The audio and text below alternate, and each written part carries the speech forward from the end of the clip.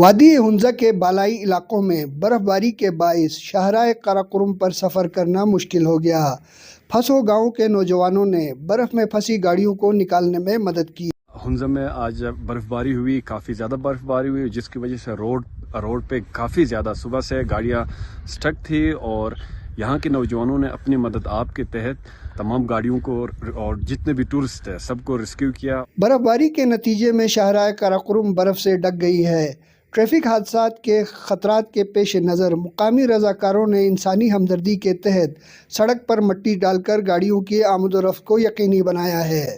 وہ والنٹیئر سارے اس وقت روڈ کے اوپر ہے، 10-20 گاڑیاں جو ہے نا اس وقت یہاں پسو گلیشیئر کے آتے میں پھنسے ہوئے تھے، تو یہاں کے والنٹیئرز نے اپنے مدد آپ روڈ کے اوپر جو ہے نا وہ مٹی لگا کے یہاں سے مقامی اور جو غیر مقامی سیاح اس وقت تشریف فرما ہے ہنزہ کے اندر، ان کو ریسکیو کر رہے ہیں۔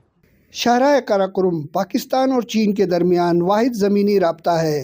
روزانہ سینکڑوں گاڑیوں کی آمد و رفت ہوتی ہے۔ مقامی نوجوانوں کی کاوش قابل ستائش ہے۔ عبدالرحمان بخاری، آج نیوز، گلگت۔